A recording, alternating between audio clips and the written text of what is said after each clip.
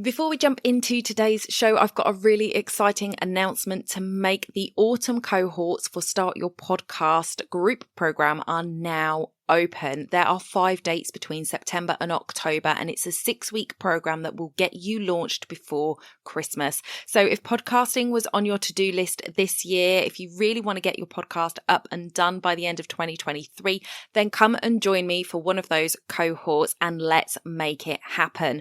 I have a free masterclass available for you called Understanding the Power of Podcasting. You can go over to donnaeade.com/masterclass, watch the masterclass and get access to that enrollment. I hope to see you in one of the autumn cohorts very soon. That's donnaeade.com/masterclass. Let's get back to the show. Today on the Society of Professional Wedding Vendors podcast, we have the wonderful Ali Moore. She is a psycho-spiritual therapist, coach, and spiritual celebrant. Using a mixture of science-based techniques and mindful and consciousness living practices, Ali works with women to enable them to reconnect to their true selves, to feel wonderful about being who they are with healthy boundaries and relationships in place for both them and the people in their world. Ali believes in a holistic approach, mind, body and spirit, rather than simply focusing on a symptom. Realign the external challenges with internal healing. Ali is also the author of bestseller Reconnect Your Life, based on her successful Reconnection program. So I am so excited to dive into today's episode where we're talking about mindfulness.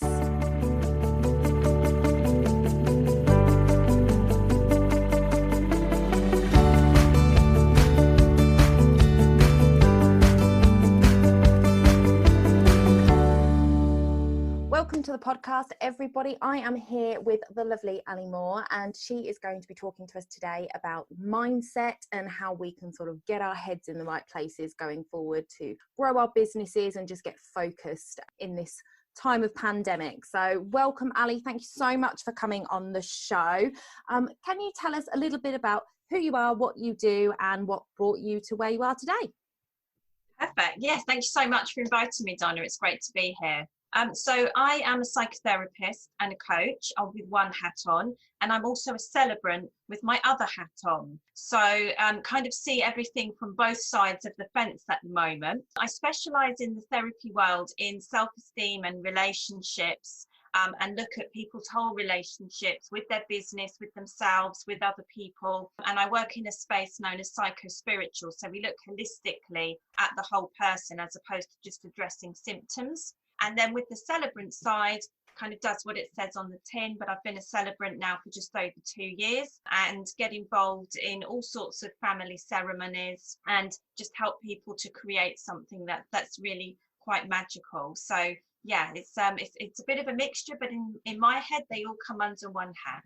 Yeah, I feel that too. I feel like there is definite synergy between those two areas. So that's fantastic. Okay, so as I sort of alluded to at the beginning, we're in a situation now where I'm not quite sure when this one's going live, but you know, at the time of recording, we've just found out that we are in lockdown again with weddings, and that the ceremonies that we thought were going to happen are not going to happen. So I'm sure we've got a lot of listeners out there that are kind of feeling a little bit defeated at the moment. So I wondered if you could sort of, first of all, address some sort of tips or hints that you can give us to sort of get our mindset back on track and thinking about the positives. So firstly, I mean, I totally empathize. It's so hard, and the last thing you want is somebody going, just think better about it and it'll all be great, because this has been a real roller coaster, hasn't it? For the suppliers, for the families. You know, one thing that I'm noticing though is certainly in discussions with suppliers and with couples are falling into one of two camps. So we have the couples who are making the decision to completely postpone, push into next year. They don't really want to go ahead. But we are seeing ceremonies happen on a much more intimate level. So there are some people who still want to go ahead under the regulation, under the guidelines, and they still want to make that commitment to each other, and they're still going to need support doing that. So I think it's about, firstly, keeping up with the legislation, understanding exactly what can and can't be done, and making sure that when you're talking about your business and your business offering, you are offering some kind of solution to these families and these couples for those that do fall into that camp. Because some people, for them, it's about the day, it's not about the bigness of the day, it's just about the commitment. And there are some people still looking. So I think that's crucial. First of all, is make sure that you can't carry on talking about your business in the old way, okay? Because we don't know when that's going to come back. So make sure that you're aligned with what's happening now if you want to keep working through the process. Allow yourself time as well to feel the frustration. Don't feel like you've got to put that positive hat on every single day, because you know, not only are you potentially feeling it in your business, if you are someone who works directly with families, you're fielding emails they don't really understand, you're taking all of that on, you're trying to help them. So it's okay to feel that frustration, it's okay to feel that, but it's about thinking, what do I do next? Yeah, I totally agree. Actually, I think sometimes you've just got to feel it, haven't you? You just got to sit there and wallow in it for a bit. And why shouldn't you? Everybody else is. Definitely, absolutely. And just to try and keep putting that brave face on without really understanding the feelings that you have, that's not going to help. When we talk about mindset, that's not going to help your mindset at all. No. You know, so don't feel that you've got to do that. Be quite a destructive pattern as well, can't it? If you're just constantly putting out that positive, sometime it's going to break. So, you know, sometimes you've got to take that time to just feel the emotions, and you know, definitely. It's okay. We're all here for it. Okay, so the idea of this episode pre this new lockdown thing was actually we're going to talk about growing our businesses with our mindset. So using our mindset and getting ourselves in the right place for us to sort of think about that growth within our business. And obviously at the moment most of us are sitting here with not much of a business at all because everything's, you know, stopped. So actually growth is something that we really are sort of looking to and working on. And I think something that everybody's got to remember is that weddings are booked in advance. Yes. We may have got to the stage where sort of this year is kind of a bit of a write-off, and we've got a few people that are and lots that are pushing back, but you can't just stop working your business, because actually there are brides out there that are getting married in 2021, 2022, 2023 and beyond that are still looking for suppliers and need you to be in that positive frame of mind. And like you said, about making sure that you're working to the current situation rather than working in the old way, you've got to be there with the legislation, being able to tell brides, okay, this is what's going on at the moment. Obviously we don't know what's going to happen next year, but if we work to this and sort of work in these elements, then we can work together and get it sorted. And you need to be that trusted advisor, that trusted person that they can turn to, that knows what's going on, because they don't know how to run a wedding in the first place, let alone under these guidelines. So can you go through sort of maybe 3 things that we can do to sort of turn our mindset around and start looking at that growth concept? So the first thing I would say is, once you've wallowed and you've done all of that, okay, for most of us who are in the wedding industry or the ceremonies industry, you're going to have a bit of time on your hands, okay? So how are you going to use that time? This is the time to really dive deep and think about, who is my ideal customer? How am I reaching them? And what am I communicating to them? These are 3 crucial things. So go back and look at your social media. Go back and look at your webpage. Are they saying the same thing? When I work with businesses myself, sometimes they've got a great social media presence, which is lovely, and then they're sending people to a webpage that they haven't actually updated, you know, for quite a number of time, and the message on the web page isn't matching. They've had a brilliant new idea which is all over social media, but they haven't taken the time. So this is your time to really think about ideal customer, how am I reaching them and communicating, and what's that looking like, and am I aligned with my message? Take this time and really nail who you are and make sure that everything is demonstrating that. So I think that's the first thing. The second thing is get planning. Okay, get planning and get communicating. So you want to be showcasing your skills. Now, some of you, if you're not new into the industry, and I really feel for people, there's, you know, I remember being a new celebrant and I didn't have any ceremonies to show pictures of. It's like, what do I show pictures of, you know? So I really feel for people in this season who are new, but for lots of you, you will have done lots of great stuff already. Okay, so this is your time to showcase what you've already done. This is your time to step out of just doing a post and think about, let's do a video, let's do a demo, let's really get people engaged in what's going on and telling them what's possible and telling them how they can think about what this might look like in the future. So it's about engaging with your audience in a different way, because you want, like you said there, you want to be so you've got to stay visible. There's no point thinking, well, I can't do ceremonies and I can't do this and I can't do that, so there's no point putting time in. This is absolutely the time.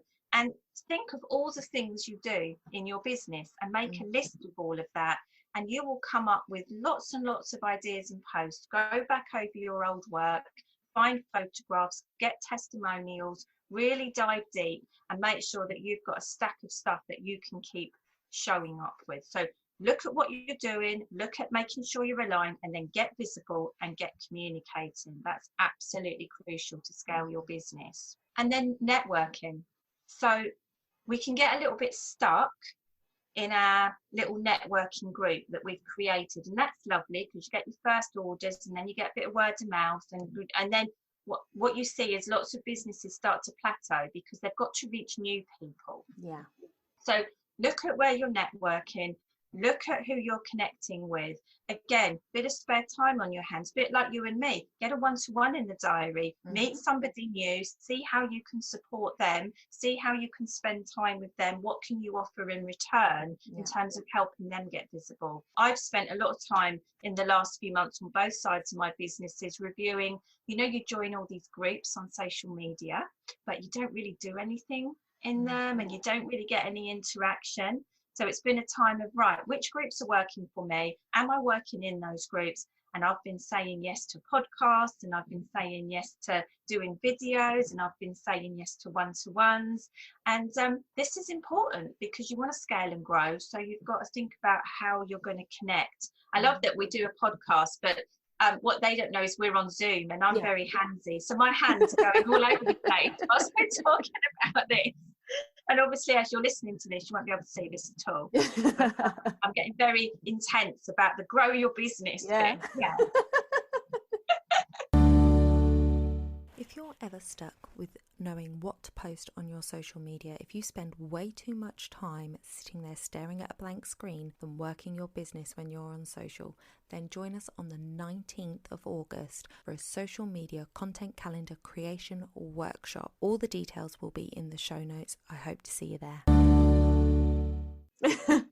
I know, I love it, and I think it is so important. Networking has been absolutely key for me during lockdown, absolutely. And I think you're right that we do kind of sort of get stuck in a rut with the people that we know, and then you can't grow any further than that. So you need to look outside of it. So for wedding vendors, I have set up a new free group attached to the society where they can come in, and specifically for the networking opportunity, so that you can get to know each other, so that you can support each other through this. My idea is that we need to build up trust with each other so that we feel strongly enough that we can recommend each other going forward, because I don't know where I said it, but I have said it and I will say it again. I really fear that there is going to be an influx of people that are being made redundant, that are going to be saying, I've got a camera at home, I can take a good picture, I can shoot weddings for 400 quid and give you all the images on disc. I feel like within all areas of the wedding industry, we're going to see people that are hobbyists, that, you know, like to bake cakes for their mates' kids' birthdays, people that like to hand make cards for their friends for their birthdays, suddenly feeling like the wedding industry is going to be a good idea for them to come in. And they've got no idea how to run a wedding, no idea about insurance, no idea on how to run a business. And that is not good for our couples. And that worries me. So, you know, head over to the group. I will link it in the show notes, and start connecting with other vendors that have got the experience, that are running the businesses, have got the insurance, that you can feel that, you know, I can trust this person to recommend them to my couples, and let's make sure that we are recommending people to our couples when they come to us. Oh, what have you booked? What haven't you booked? Oh, I know somebody who does that. That's where you recommend, and they want that from us. They much prefer, I see posts all the time on social media, you know, who can recommend me a wedding photographer, and brum, you know, 50 billion names are like tagged underneath. And I'm thinking, why is a bride doing that? Because she doesn't know these people, and these people are likely just recommending friends they know of photographers, not people that actually shot their weddings, so they don't even know if they're any good. But they can come to us, and we have got a critical eye where we can, you know, meet people, talk to people, get to know people. We can go to their websites, look at their stuff, and we can get a feel to whether, you know, this person is a good person to recommend or not. So, and let's remember as well with our couples, what I'm noticing is, thankfully, most of my couples have all decided to move completely to next year, which is great. So haven't been doing too much juggling, got a few ceremonies of other types of ceremonies lined up at the end of the year, still kind of thinking what's going to happen with those. But this means that they're waiting even longer for their big day. So brides can and bridegrooms as well, they can get quite anxious about their big day to start with. Now they've had to postpone everything. Now they're waiting almost potentially another year before their big day. So the nerves are out, the stress is out. It's got to be right. You know, they've waited an awful long time for this. So you want suppliers that know what they're doing, that can keep a cool head, that will be able to support their couples in the lead up to the big day and on the big day, and whatever their role is. Because you end up, no matter, you know, this is if you're out there thinking that, oh, I just rock up and I just read, you know, the words, or you just rock up and take photos, or, you know, whatever it is that people do, you end up being almost part of the organization team, because so many people at that ceremony don't really know how it's all going to run, so they're all trying to help. Whereas what happens is the brides and the families will turn to the people that do weddings and ceremonies regularly, you know, and I've ended up having to calm the nerves down with a best man who didn't really want to make the speech. And it's like, let me take him to one side, and who's going to walk in, and suddenly they don't know who's going to walk in behind them. And, you know, so they're like, I don't know how this is all meant to work. So having people that are experienced, that have really researched, and that can create that calmness, it doesn't mean that you're the wedding planner, but you suddenly end up in that position. And I think it's something to bear in mind, because there's going to be a lot of, I've waited nearly 2 years potentially for this big day, and I want it to be right. Absolutely the nerves. And another thing that I sort of mentioned too, I had a couple that had to postpone their wedding in June, and we met up with them at the weekend, and I said to them, so what are you going to add? And she was like, oh, I haven't really thought yet. But I'm like, these couples now have another year, and the likelihood is they've paid you up front, like, and they did their like last deposit, if they, you know, just before lockdown, as they're going, they're paying up, and they've already paid for their weddings now. They've paid it all. And now they've got another year. And brides like things. They like shiny things. They like pretty things. And it's like, well, actually, they might be looking to add things, maybe things that they cut out because they didn't think they could afford it. And now they've got more time to pay for it, so they might be able to afford it. So, you know, always go back to your couples that you've got booked in and say, you know, if they said, oh, I would have loved that, but, you know, we're going to go with this package because we can't afford it, remind them of that, you know, talk to them about it, talk to the new brides about payment plans and things like that, so that you can keep income coming in and ticking over whilst we're sort of waiting for the and styles change and fashions change, and lockdown is having a huge impact on the fashion industry and how people are dressing and what people are thinking about. So don't be afraid to, you know, don't fall into the trap of thinking that your bride and your couples are going to want everything as they wanted it this year, okay? Because people who are booking ceremonies next year are already thinking about next year's colour palettes. They're already thinking about, you know, what's going on in that world. So be prepared and be flexible. And this is a great way, as you say, of keeping that conversation going with your clients, and it gives you more stuff again to post about and show that you're thinking about that support, and you're not just sitting back going, well, that's all right because everybody's rebooked or everybody's postponed. You know, this is a great time to really explore the fact that they might want something completely different from what they originally planned. Yeah, maybe. So in sort of summary to that, then we're looking at really sort of staying visible on social media, instigating those conversations with our clients. We are going to be looking at our ICA, which, ideal client avatar, and who they are. And I think what you said at the beginning there about making sure that your social media and your website is matching with what it's saying. It's something that I've spoken about with my members, that you look at your branding and what it's saying about you, and is that what you want it to say? Because the more you focus on making that cohesive, the more you're going to attract your ideal client. The better you can communicate who you are, what you do, what you love to do, the more you're going to attract those people that love those things. So it's a really good thing to sort of get your mindset right with who your ideal client is, so that you can attract them better. Yes. Oh, and another thing that's just come to mind, so I know this works really well for me and it's worked really well for other clients in all industries, is if you love writing, get blogging. Okay, blogging attracts people to your website. It gives you stuff you can post on social media, and lots of other people will potentially want to post your blog as well. They'll be looking for guest bloggers. So this is your chance to really show your expertise and get it to a wider audience. And sometimes that gets picked up and you get quoted. And so look at where you're look at what platforms you're using as well, and try different things out. But the more you're driving traffic into where you want your customers to actually see what you do, the better. And for me, blogging is a great way that keeps you visible and keeps you fresh. Yeah. And the thing is that something that you can pull on from 5 years ago, 10 years ago, whatever it is. If you haven't blogged, then you've got a whole wealth of stuff you can talk about. So you could be like writing a blog a day. Exactly. Yeah.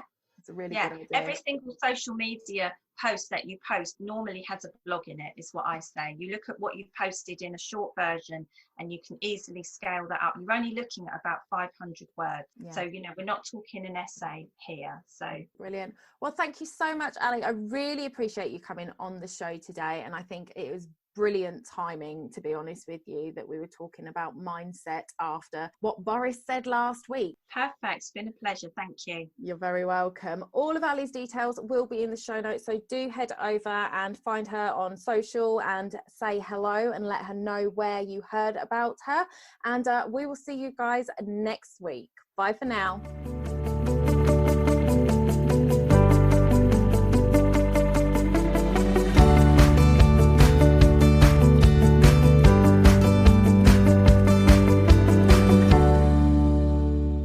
Don't forget to hit those stars and leave a review of the podcast where you listen if you found value in what you heard today. It's a free way you can help the podcast reach more people just like you.